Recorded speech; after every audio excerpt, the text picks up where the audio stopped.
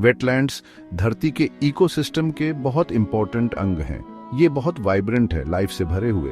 ये सिर्फ पानी और घास वाले एरियाज नहीं हैं, ये हमारे प्लेनेट की हेल्थ के लिए ज़रूरी हैं। वेटलैंड्स नेचुरल फिल्टर्स की तरह काम करते हैं, हमारे पानी को साफ करते हैं। ये बहुत सारा पानी स्टोर करते हैं, जैसे बड़े बड़े स्पंजेस। ये फ्लड्स को रोकने में हेल्प करते हैं, जो आजकल बहुत कॉमन हो रहे हैं। वेटलैंड्स तरह तरह के प्लांट्स और एनिमल्स का घर भी है। बायोडाइवर्सिटी मेंटेन करने के लिए ये बहुत ज़रूरी है। वेटलैंड्स हमें एसेंशियल सर्विसेज देते हैं। ये क्लाइमेट चेंज के खराब इफेक्ट से हमें बचाते हैं। कार्बन डाइऑक्साइड अब्सॉर्ब करके वेटलैंड्स हमारे क्लाइमेट को रेगुलेट करने में हेल्प करते हैं। ग्लोबल वार्मिंग के खिलाफ फाइट में ये हमारे ज़रूरी एलाइज हैं। वेटलैंड्स की कल्चरल और रिक्रिएशनल वैल्यू भी है। ये खूबसूरती और शांति की जगहें हैं, रिक्रिएशन और एजुकेशन के अपॉर्चुनिटीज ऑफर करती हैं। हमें इन जरूरी इकोसिस्टम्स को प्रोटेक्ट करना चाहिए। हमारी हेल्थ और वेल बीइंग इन पर डिपेंड करती है।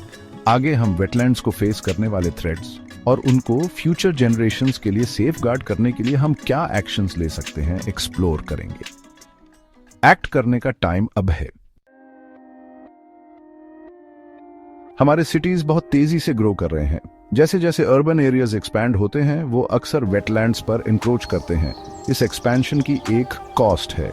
बिल्डिंग्स, रोड्स और इंफ्रास्ट्रक्चर के लिए वेटलैंड्स को ड्रेन और फिल किया जा रहा है। इस लॉस के कॉन्सिक्वेंसेस बहुत सिग्निफिकेंट हैं।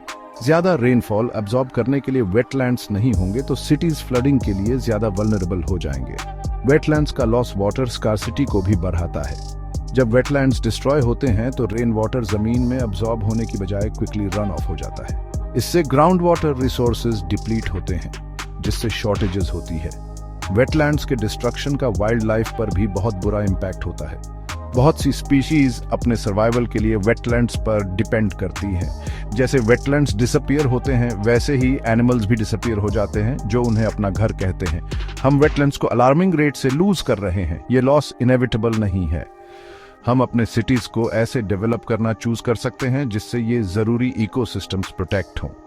हमें सस्टेनेबल अर्बन प्लानिंग को प्रायोरिटाइज करना चाहिए, जो वेटलैंड्स को अर्बन फैब्रिक में इंटीग्रेट करे। ऐसा करके हम ऐसे सिटीज क्रिएट कर सकते हैं जो क्लाइमेट चेंज के लिए रिजिलियंट हों और सभी के लिए हेल्थी एनवायरनमेंट प्रोवाइड करें। चैलेंजेस के बावजूद दुनिया भर में ऐसे सिटीज हैं जो वेटलैंड्स को प्रोटेक्ट और रिस्टोर करने के लिए स्टेप्स ले रहे हैं। सिंगापुर, एक डेंसली पॉपुलेटेड आइलैंड नेशन, ने अपने लिमिटेड वेटलैंड एरियाज को कंजर्व करने के लिए इनोवेटिव सॉल्यूशंस इंप्लीमेंट किए हैं। सुंगी बुलो वेटलैंड रिजर्व सिंगापुर के कंजर्वेशन के कमिटमेंट का प्रमाण है। ये रिजर्व तरह तरह के प्लांट और एनिमल लाइफ का घर है।